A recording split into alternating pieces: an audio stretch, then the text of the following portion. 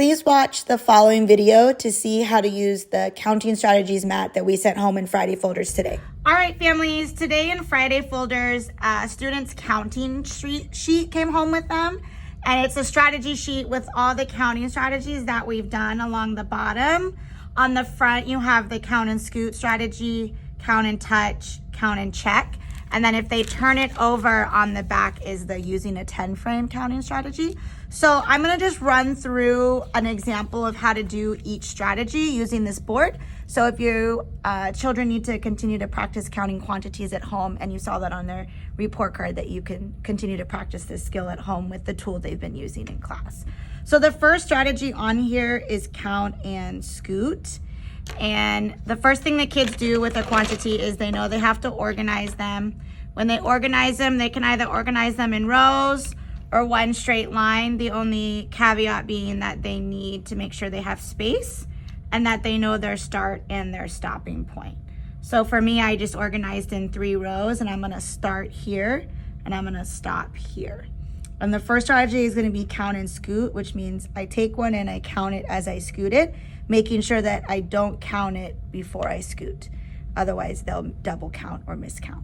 So for this strategy, I would go 1, 2, 3, 4, 5, 6, 7, 8, 9, 10, 11, 12, 13. And so up here would be where they would write the quantity down, a 1 and a 3, or 10 and 3 more is 13. But if they didn't know how to write a 13, they could go up here to their number line at the top and go 1, 2, 3, 4, 5, 6, 7, 8, 9, 10, 11, 12, 13.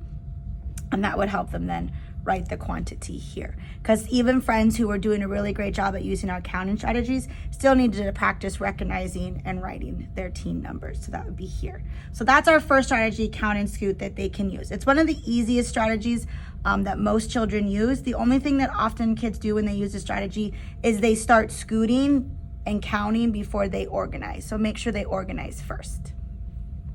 The next strategy is count and touch. All right, our second counting strategy on the sheet is count and touch. So that would be this strategy. Again, anytime they go to count the quantity, they still need to organize it, remembering space between the objects, and they're gonna need to make sure they know their start and their stop, specifically with this strategy, because they're gonna have to touch each one. Now with this one, make sure you're double checking that they're not, again, going too quick and they're double counting. Make sure, we almost tell them sometimes to push on the object each time as they count it. So this would be count and touch. 1, 2, 3, 4, 5, 6, 7, 8, 9, 10, 11, 12, 13. And again, then they would write the quantity up here in the quantity box. And again, if they couldn't find how to write that, they're not sure yet, they can find it by doing the same thing up here. So that's count and touch. The next strategy is count and check. The next counting strategy that we taught students was count and check, because sometimes they can't move objects, and so they would need to check them off as they do them. Again, the objects, if they're using a concrete quantity, they would make sure that it's organized and it has space between them. And now for count and check, they can choose different ways of checking off the objects. They can use a dot. We taught them they could use an X. They could use a check.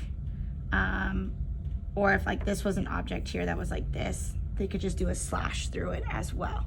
Okay. The biggest thing that we want you to recognize with this strategy when you're helping your students is that they shouldn't be spending a ton of time making the check marks. So you want to make sure it's quick and easy. Honestly, the dot is the easiest one when it's a concrete object. Crossing off the object is the fastest when it's already on a paper and they can't move the objects. So again, I would start from here and I'm going to stop here, and it's organized. So if I count and check, I'm going to do 1, 2, 3, 4, 5, 6, 7, 8, 9. And again, you write the quantity up here at the top. If they don't know how to write a 9, 1, 2, 3, 4, 5, 6, 7, 8, 9. And then that can help them write the quantity over here. The last strategy is using a 10 frame to count. All right, the last counting strategy that we taught the kiddos this last week was using a 10 frame.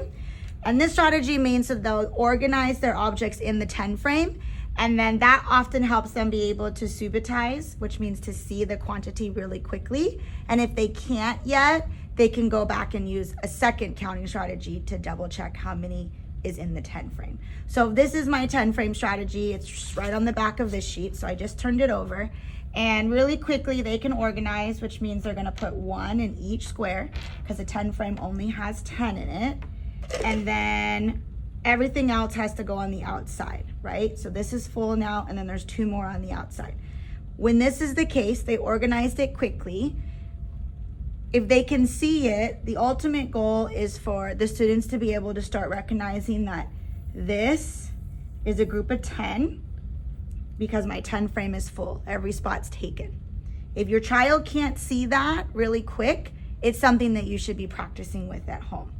So the goal is to see 10, and then there's 2 more on the outside. So we want them to learn by the end of kindergarten to be able to go 10, 11, 12, which is counting on. Now, if that's too tricky for them right now, they can go back and go 1, 2, 3, 4, 5, 6, 7, 8, 9, 10, 11, 12. But ultimately your goal is for them to see that group of 10, and then the ones on the outside, 11, 12. And so this would be a 12.